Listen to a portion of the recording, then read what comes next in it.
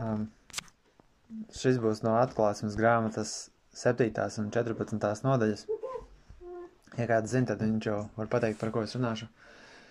Tas ir kontekstā nedaudz par Ciānas kalnu, kur es iesāku runāt un teicu, ka tur ir ļoti daudz no vecās derības, un tāpēc sākumā apskatījām no jaunās derības, lai saprastu, kas ar to ir domāts vecajā derībā, visās tajās daudzajās raksturvietās no praviešiem. Un arī šis ir nedaudz kontekstā par to, kur mēs runājam par šīm divām pasaules reliģijām, kur viena ir no Dieva un šķīsta, un otra ir no velna un nešķīsta. Un par Ciānu runājot, es nedaudz jau apskatīju, ko jaunā derība saka par Ciānu, kas ir šis Ciānas kalns un vispār Ciāna, jo fiziski tā bija vieta Jeruzālemē vai blakus Jeruzālemē, bet garīgi Dievs ir teicis, ka viņš saka, es esmu licis savu ķēniņu uz svētā Ciānas pakalnu. Un viņš runā par Jēzu. Un kā viņš ir ķēniņš šobrīd, un to mēs varam redzēt, ka viņš ir draudzei. Tāpēc arī jaunā derībā rakstīts, ka Dievs lika izdraudzītu akmeni Ciānā. Un mēs zinām, ka viņš lika draudzē, arī Jēzus teica, uz šīs klints es gribu būvēt savu draudzi, vai arī runāts par šo akmeni, kurš noripo un sadauza visas pārējās valstības un kļūst par Dieva valstību, vai izaug par valstību, vai kā. Tāpatās arī viņš runā par to, ka no Ciānas nogriezīs bezdievīgos. Un arī mēs dziedam par Ciānu, meklējam Ciānas mieru, priecājamies. Un ir rakstīts Ebreju vēstulē, ka mēs esam nākuši pie Ciānas kalna. Tātad nepārprotami nav runa ne par fizisku atrašanās vietu Jeruzālemes nostūrī, ne arī par fiziski izrēliešiem, bet par grupu, kas Dievam kalpo visos laikos. Un ceļši, tagad mēs par to arī varam lasīt jaunajā derībā. Un es gribēju paskatīties no atklāsmes grāmatas, es teicu, kas ir vēl viena lieta, pirms es skatos vecā derību, no atklāsmes grāmatas par Ciānas kalnu. Tur rakstīts, ka uz Ciānas kalna stāvēja īpaša cilvēku grupa. Tie 144 000. Un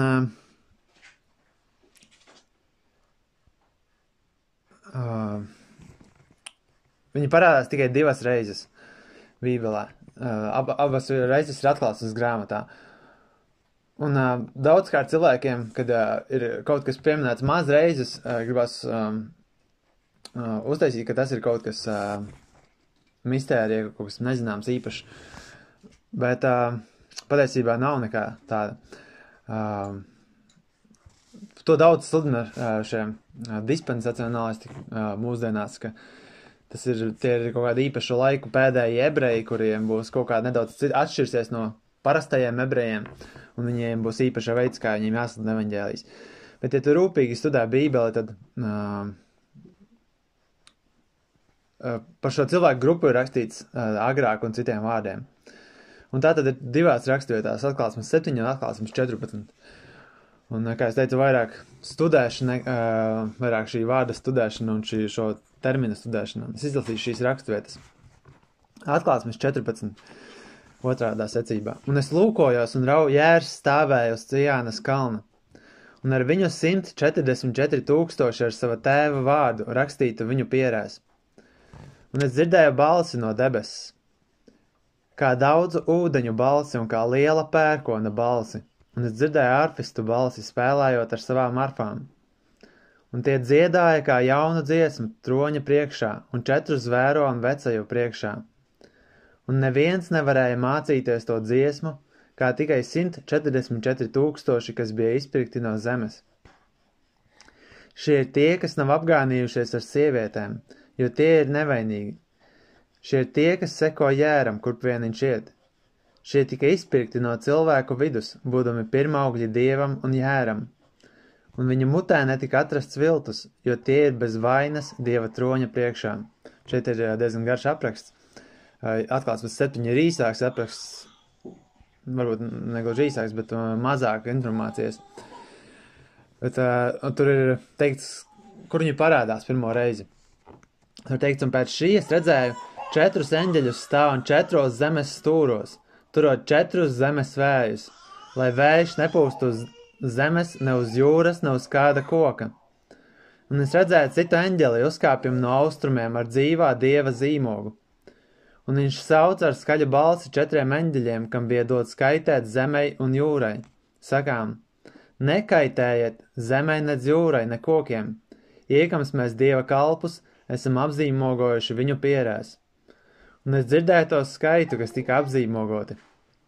Un tika apzīmogoti 144 000 no visām Izraēla ciltīm. No Jūdas cilts tika apzīmogota 12 000, no Rūbena cilts tika apzīmogota 12 000, no Gada cilts tika apzīmogota 12 000, no Asēra cilts tika apzīmogota 12 000, no Naftaļa cilts tika apzīmogota 12 000, no Manases cilts tika apzīmogota 12 000, no Sīmaņa cilts tika apzīmogota 12 000, no Levija cilts tika apzīmogota 12 000, no Isašara cilts tika apzīmogota 12 000, no Zabulona cilts tika apzīmogota 12 000, no Jāzepa cilts tika apzīmogota 12 000, no Benjamīna cilts tika apzīmogota 12 000. Tad 12 reiz 12. Un šeit ir ļoti daudz lietas pieminētas, un es centīšos apskatīt lielāko daļu no tām. Un es gribētu, lai tas palīdz mums ne tikai iegūt gudrību, ko tas nozīmē, vai skaidrību, kad mēs lasām šo raksturvietu, bet arī praktiski un noderīgi saprast, kā tas attiecas mums šeit un šobrīd, šie 144 000, kas varbūt liekas dažkārt kaut kas īpaši interesants. Un kas tad viņi ir? Un es gribu atbildēt uz šiem 3 jautājumiem, kas viņi ir, kāpēc te runāts tieši par Izraēla ciltīm un kāpēc tāds skaits, un 3. ir nedaudz, kas viņus raksturo, kāpēc viņi ir tādi īpaši, kas Jānis viņus redz šeit parādīšanā. Un kas tad viņi ir? Un atbilde var būt no dažādiem skatu punktiem. Es arī mēģināšu tos apskatīt. Bet viena no galvenajām lietām, kas par viņiem ir rakstīta, ir, ka viņi ir Dieva kalpi. Tātad tie ir cilvēki, kas reāli kalpo Dievam. Un tie nav cilvēki, kur ir kaut kur noslēpušies, nomaskējušies, bet šeit ir rakstīts, ka viņi tiek apzīmogoti uz viņu pierēm. Tad līdzīgā veidā, kā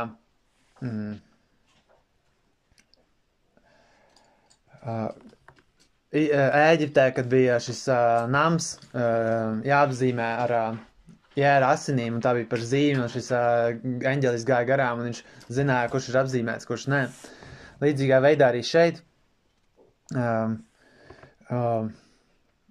var redzēt viņus. Viņus var saprast, ka tie ir Dieva kalpi, un ka eņģeļi arī zina, kurus apzīmēt. Un kas tad atklāsmes grāmatā, kas ir varbūt svarīgākais, ko apskatīt, un tāpatās arī ceļšķi citur jaunēdarībā teikts par Dieva kalpiem. Atklāsmes grāmatā ir diezgan daudz runāts par Dieva kalpiem, un mēs varam uzreiz redzēt, lasot šīs raksturvietas, kas tie tādi ir.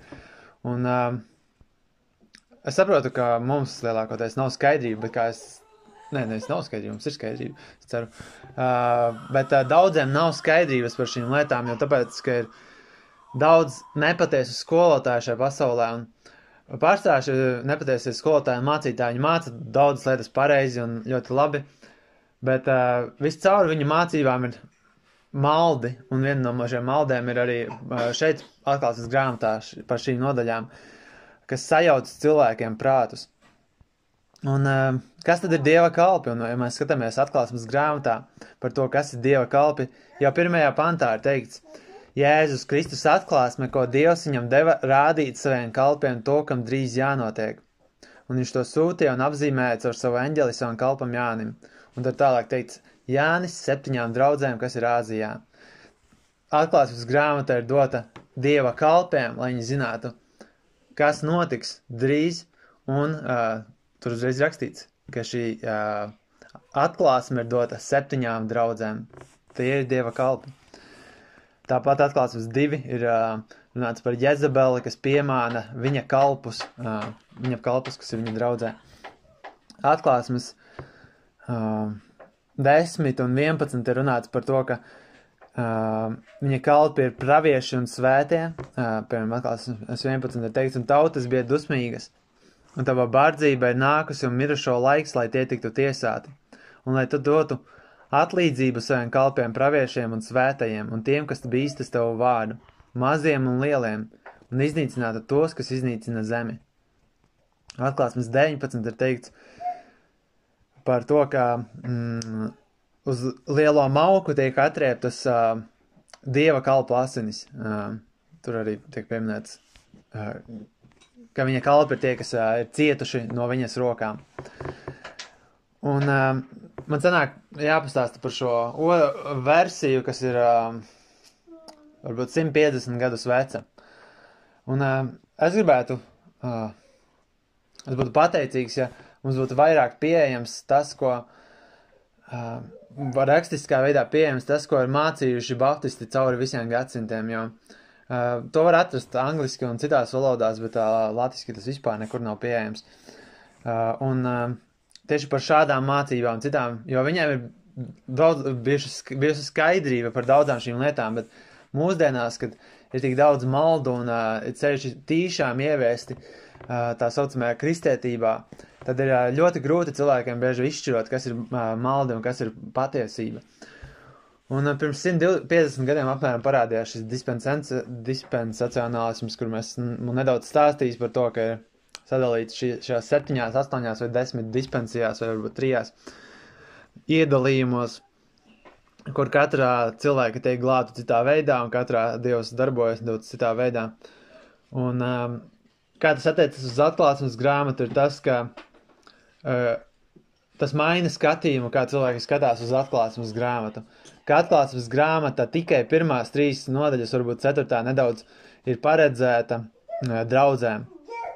Pēc tam tas pārējais viss vairs neatiecas uz draudzēm, tur sākās pavisam citi stāsti.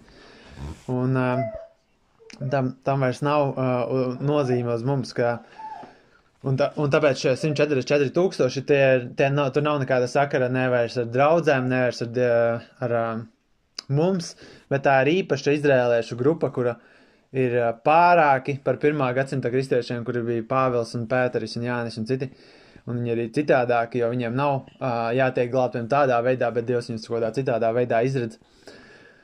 Bet savukārt, ja mēs studējam Bībeli, jā, un šī pieeja atklāsmes grāmatai traucē ļoti daudz saprast un liek domāt par lietām, kuras ir gaidāmas, ka tās vispār netieksies uz mums un ka mums uz viņām nav jāskatās. Arī par zvēra zīmi un daudzām citām lietām, kas tur ir tālāk. Bet mums, kas studējam Bībeli, ir redzams, ka Dieva kalpi ir pieminēti visur atklāsmes grāmatā, ka viņi netiek kaut kur parauti vienā brīdī un tad viņi pazūd, un ka pašā sākumā ir rakstīts, ka šī grāmata ir domāta viņa kalpiem, jeb draudzēm, lai viņi zinātu, kas attiecas uz mums, kas ir gaidāms. Tāpēc arī ir teikts par to, kam ir gudrība, tas, lai skaita šo skaitli, vai arī tas, lai izprot šīs lietas, kas tur ir rakstītas, un lai tur šīs lietas. Un šī grāmata, šo grāmatu tādā veidā arī uztvēra cilvēki vairāk nekā 18 gadsimtus, ka tā attiecas uz mums visiem. Un par Dieva kalpiem runājot, arī Jēzus runāja par daudz runājot uz saviem mācekļiem, viņš deva līdzības par to, ka viņi ir Dieva kalpi, un mēs, kas esam viņa draudzē šobrīd, mēs esam Dieva kalpi. Piemēram, Lūkas 12 viņš teica, lai jūsu gurni ir apjosti un jūsu gaismakļi degoši, un jūs paši līdzīgi cilvēkiem, kas gaida savu kungu, kad viņš atgriezīsies no kāzām, lai kad viņš nāk un klauvē tie viņam uzreiz atvērtu. Svētlaimīgi ir tie kalpi, kurus kungs, kad viņš nāk, atradīs nomodā. Patiesi es jums saku, ka viņš apjozīsies un tiem liks apsēsties pie maltītes, un iznāks un tiem kalpos. Tāpēc ir līdzība par talantiem un kalpiem, kur Jēzus tieši salīdzina savus mācekļus ar kalpiem. Tāpatās ir teikts par mums, kad mēs visi esam darījuši, kā mums ir teikts, ka mēs esam nederīgi kalpi, jo mēs darījām tikai to, kas mums bija dots. Vai Jēzus arī teica Pilātam, mana valstība nav no šīs pasaules, ja mana valstība būtu no šīs pasaules, tad mani kalpi cīnītos, lai es netiktu nodots jūdiem. Bet mana valstība nav no šejienes. Šeit interesanti viņš saka, ka kas bija Jēzus kalpi? Jēzus kalpi bija mācekļi, tie, kas viņam sekoja. Bet viņš saka, mani kalpi cīnītos, lai es netiktu nodots jūdiem. Interesanti, ka cīnītos pret jūdiem. Viņš tātad preties šos fiziskos jūdus, jo arī viņa kalpi bija jūdi. Viņa kalpi bija no jūdiem, bet viņš viņus pretstatīja. Tad viņš parādīja, ka viņa kalpi nav no tiem, no šiem fiziskajiem. Vai arī apostoļu darbos ir runāts par to, ka viena sieviete, kad Pāvils un, neatceros, kas viņam bija tas ceļabiedrs, tajā brīdī Sīlas, laikam, ka viņi sludināja, tad viena sieviete sekoja un viņiem teica, šie cilvēki ir visaugstākā Dieva kalpi. Romiešiem 6 ir teikts, bet tagad darītiem brīviem no grēka un kļūšiem par kalpiem Dievam jums ir savs auglis. Varbūt izlasu šīs vairākās raksturvietas, bet tas mums dod, varbūt par daudz nedaudz, bet tas dod mums skaidrību par to, kas ir Dieva kalpi. Ka tie ir tie, kas kalpo Dievam. Tie ir tie, kas dara to, ko Dievs saka. Jo mēs varam redzēt daudzus, kuri saucās pēc Dieva vārda, vai daudzus, kuri piemin Dieva vārdu, bet viņi nedara to, ko Dievs saka. Jo Jēzus arī uzsvēra šo, jo viņš teica, kāpēc jūs mani saucat kungs, kungs, un nedarat to, ko es saku, jo kad kāds kādu sauc par kungu, tad viņš automātiski sevi pazemina zem viņa, un viņš sevi attiecina, ka viņš ir viņa kalps, vai ka viņš ir zem viņa. Un viņš saka, kāpēc jūs mani saucat par kungu, bet jūs nerīkojaties kā mani kalpi, kāpēc jūs nedarat to, ko es jums saku. Viņš saka, ka daudzi būs tajā dienā, kas sacīs kungs, kungs, bet ka viņš teiks, es jūs neesmu nekad pazinis. Tāpēc, ka viņi nedara to, ko Dievs saka, viņi neņem Dieva vārdu burtiski un tā kā tur rakstīts un neiet pēc tā un nekalpo Dievam pēc tā. Un kur tad var atrast tādus kalpus, kuri dara to, ko Dievs saka? Tos, kurus Dievs pats ir izvēlējies un šķīstījis, ka viņš ir viņus glābis pats un pats viņš licis draudzē, kur viņi viņam kalpo. Mēs varam redzēt arī Atklāsmes 22, kur parādās vēlreiz šī pati cilvēka grupa, kas ir pašas laika beigas un rakstīts, un viņš man rādīja šķīstu dzīvības ūdens upi, skaidru kā kristāls izēja no Dieva un no Jēra troņa. Un tās ielas vidū un abās upes pusēs bija dzīvības koks, kas nesa 12 augļu veidus, un nesa savu augli katru mēnesi, un koka lapas bija tautām par dziedināšanu. Un tur vairs nebūs lāsta, bet Dieva un Jēra tronis būs tajā, un viņa kalpi viņam kalpos, un tie redzēs viņa vaigu, un viņa vārds būs viņu pierēs. Tie ir tie paši kalpi, kuriem ir viņa tēva vārds rakstīts viņa pierēs, un viņi stāv pie viņa troņa, un viņi viņam kalpo. Tie ir tie, kas ir viņa templī, tie, kas ir viņa priesteri. Arī Ecehiela 9 ir nedaudz līdzībā par šo pašu rakstīts. Ecehielam viņš bija, es īsti nezinu, vai tajā brīdī viņš bija trimdā, vai viņš bija Jeruzālemē, bet viņam bija parādīšana, un tur viņš redzēja, kā viņš saka, lūk, 6 vīrieši, pirms tam. Viņš sauc arī manās ausīs, un tur konteksts cita nodaļa, bet 9. nodaļa sākas tā. Viņš sauc arī manās ausīs ar skaļu balsi sacīdams lietas tiem, kam ir pārziņa pār pilsētu man tuvoties, ikvienam ar savu iznīcinošo ieroci savā rokā. Un lūk, 6 vīrieši nāca no augstāko vārtu ceļa, kas guļ pret ziemeļiem, un ikvienam kaušanas ierocis viņa rokā. Un viens vīrietis starp tiem bija apģērbts ar linu, un rakstītāja tintes trauku pie sava sāna. Un tie iegāja un stāvēja blakus misiņa altārim. Un Izraēla Dieva godība bija uzgājusi no ķeruba, uz kā viņš bija pie nama sliekšņa, un viņš aicināja vīrieti apģērbto ar linu, kam rakstītāja tintes trauks bija pie sava sāna. Un tas kungs viņam sacīja, Ej caur pilsētas vidu, caur Jeruzālemes vidu un liec zīmi uz cilvēku pierēm, kas nopūšas un kas sauc par visām negatīvām, kas tiek darītas tās vidū. Šeit ir ļoti līdzība par to, kas ir atklāsmes grāmatā, kur viņš saka, kur ir sagatavotas mocības pār visu zemi. Un viņš saka, nesūtiet šīs mocības, kamēr nav apzīmogoti mani kalpi. Tad viņi tiek apzīmogoti pierēs ar tēva vārdu. Un šeit Jeruzālēm arī ir iznīcinošs ierocis pār pilsētu, un tad viņš sūta šo vienu vīrieti ar tintes trauku un rakstāmo, un viņš iet un viņš apzīmogo tos, kuri nopūšas un kas sauc par visām negatīvām. Tos, kuros ir Dieva gars un kuriem ir noskumšana par grēku viņu vidū. Un citiem viņš sacīja man dzirdot, ejiet pēc viņa caur pilsētu un sitiet, un lai jūsu acis netaupa, net žēlojiet, kaujiet pavisam vecos un jaunos, gan meitenes, gan mazus bērnus, gan sievietes. Bet nenāciet tuvu nevienam, uz kura ir zīme, un iesāciet pie manas svētnīcas, tad tie iesāka pie senajiem, kas bija nama priekšā. Šeit arī šī rakstvieta, kas Pētera vēstulē teikts, ka tiesa iesākas pie Dieva nama. Un viņš saka, ka viņi netaupa nevienu līdzīgā veidā, izņemot tos, līdzīgā veidā, kā atklāsmes grāmatā rakstīts, izņemot tos, kuriem ir šī zīme. Un atklāsmes grāmatā arī teikts, ka kad viņi sūtīja šīs mocības par visiem, izņemot tos, kuriem ir šī zīme, kuri ir šie Dieva kalpi. Un šeit ir arī viena no viņu iezīmēm, ka viņi kā Jēzus arī minēja, ka tie, kas ir izsalkuši un kuriem slāpst pēc taisnības. Tie, kuri noskums, tie, kas sēro, kā viņš arī teica, svētlēmīgi, tie, kas sēro. Ka tie, kuri nav mierā ar netaisnību, kas ir uz zemes. Jo, ja mēs skatāmies uz šo pasauli, netaisnība aug vairāk, paliek daudz vairāk. Bet, ja mēs skatāmies uz kristētību kopumā, nav tā, ka kristētība vairāk sērotu par to, vai paliktu bēdīgāka, vai vairāk sāktu gavēt par to, vai meklētu vairāk Dievu. Tā kristētība, kura ir šī ārējā, viņa iet līdzi pasaulē, viņa ir tikai vienu soli aiz pasaules, un viņi nebēdājas par to.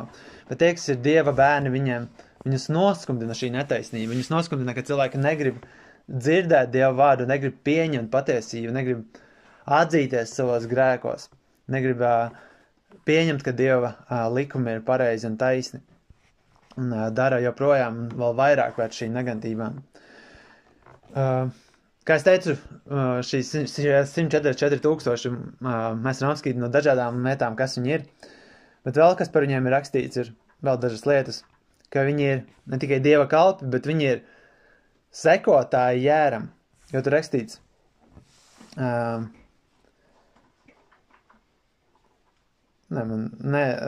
es iepriekš lasīju to raksturvietu, bet tad atklāsmes 7 ir rakstīts, atklāsmes 14 pareizāk. Šie ir tie, kas seko jēram, kurp vien viņš iet. Tātad tie ir jēra sekotāji. Jērs iet, viņi iet. Jērs stāv uz Sionas kalna, viņi tur stāv. Kas ir jērs, mēs zinām skaidri, ka tas ir Jēzus Kristus, un viņi seko jēram, kur vien viņš iet. Un mēs redzam tādu kā paraugu tam, kā tam ir jāizskatās dzīvē. Kad Jēzus sāka savu sludināšanas darbu, viņš ir pierakstīts, kā viņa mācekļi nonāca pie viņa. Viņš gāja kādiem garām, un viņš saka, sekojiet man, un viņi kopš tā brīža sekoja viņam līdz pat beigām. Piemēram, ir rakstīts, atkal nākamajā dienā pēc tam stāvēja Jānis un 2 no viņa mācekļiem, un lūkodamies uz Jēzu, viņam staigājot, viņš saka, lūk, Dieva jērs. Tātad Dieva jērs iet, viņš iet viņiem garām. Un tie 2 mācekļi dzirdēja viņu runājumu, un tie sekoja Jēzum. Un uzreiz tie mācekļi seko viņam un iet viņam līdzi. Tāpatās arī mēs redzam, Jēzus iet gara muitu, un viņš redzēja cilvēku vārdā Mateju sēžam pie muitas saņemšanas, un viņš viņam saka, seko man, un tas cēlās, un viņam sekoja. Tāpat mēs redzam par Pēteri un visiem pārējiem. Un Pēteris arī teica, Raumēs, esam atstājuši visu un tev sekojuši. Tad viņš arī saka, ka viņi to darījuši, un Jēzus to nenoliedz. Un tie ir tie, kas sekoja viņam visam, sekoja viņam visur. Un kā es teicu, tas ir nedaudz kā paraugs tam, kā tam ir jāizskatās, ka, kad Jēzus aicina strādāt viņa darbā, viņš šie mācekļi viņam seko. Jāņa 10, viņš saka par savām avīm, savām aitām. Un kad viņš izlaiž savas paša avis, viņš iet to priekšā, un avis viņam seko, jo tās pazīst viņa balsi. Un viņš saka, manas avis dzird manu balsi, un es tās pazīstu, un tās man seko. Tas ir tas, kas viņas raksturo, ka viņas viņam seko. Un mēs to redzam par mācekļiem, ka tie bija tie, kas viņam seko. Jo ne farizēji, ne daudz citi, kas bija it kā no jūdiem, viņi nesekoja viņam.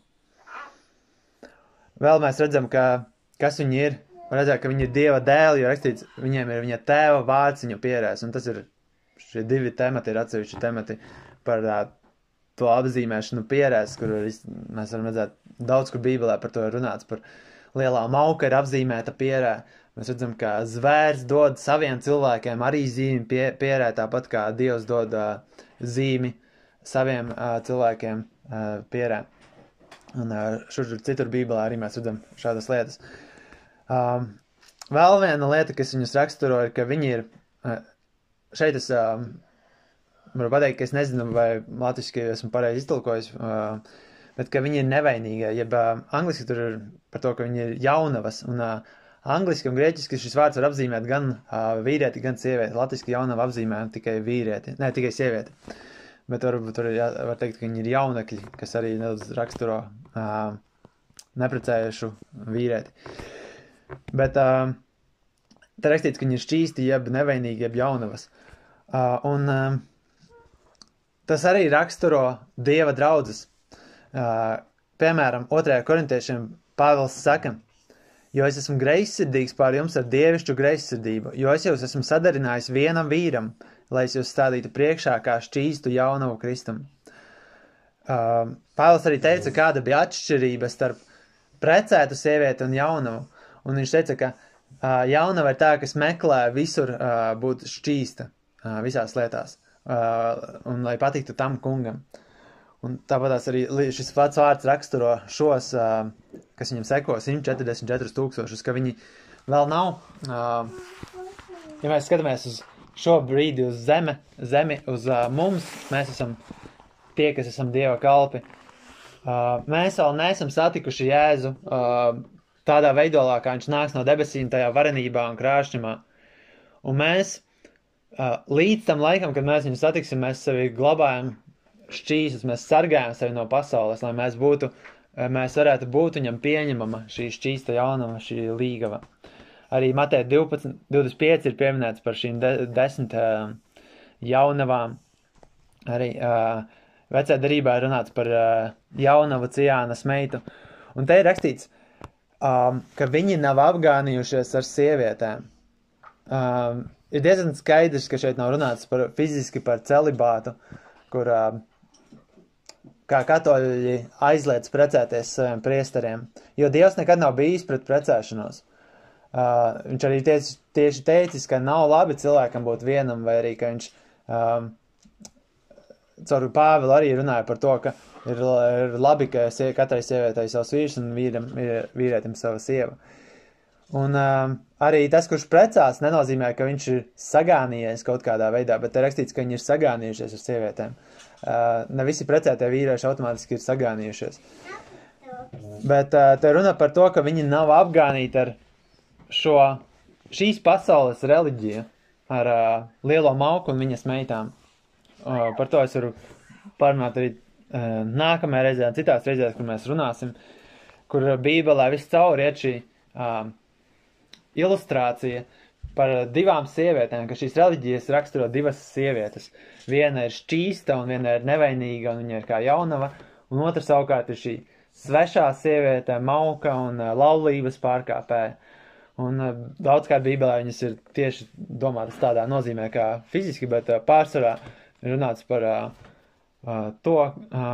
kā tiek sagānīts tas, ko Dievs ir iedevis, to, ko Dievs ir iedevis svētu un šķīstu, un viens tur to uzticīgi līdz galam, un otrs savukārt to sagāna. Un rakstīts, ka viņi nav sagānījušies ar sievietēm. Un vēl ir teikts, ka viņi ir pirmaugļi Dievam, ir teikts, ka viņi ir izpirkti no pasaules, un jebkurā gadījumā jūs sapratāt domu, es teicu, ka šeit var skatīties no dažādiem skatu punktiem, es uztaisīšu pauzi un es turpināšu tālāk par nedaudz par šiem skaitļiem un par šiem Izraēla tilšu vārdiem un citām šīm lietām. Bet tas, ko es gribēju, lai jūs paturat šo domu, ko no iepriekšējās reizes runāju par to, kas ir Cijānas kalns. Un te rakstīts Jānis redz 144 000 uz Cijānas kalnu. Un ka tie nav kaut kādā īpaša grupa, kas nekad nekur citur nav pieminēta un tagad piepaši parādās atklāsmes grāmatā. Un mums jāskatās, ka pēdējos laikos Dievs kaut kādā veidā atlasīs no 12 Izraēla ciltīm, kuras šobrīd vairs neeksistē, ka viņš atlasīs tieši 12 000 un ka viņi tieši tie 12 000 būs neapgānīti. Un viņi stāvēs fiziski uz Cijānas kalna un tieši tur stāvēs Jēzus. Un tad viņi ies pa visu zemi un sludinās. Bet kā te runa par patieso Cijānas kalnu, kuru mēs lasījām pagājušajā reizē, ka tad, kad Jēzus iejāja Jeruzalemē, bija teikts, ka lai Cijānas meita priecājas,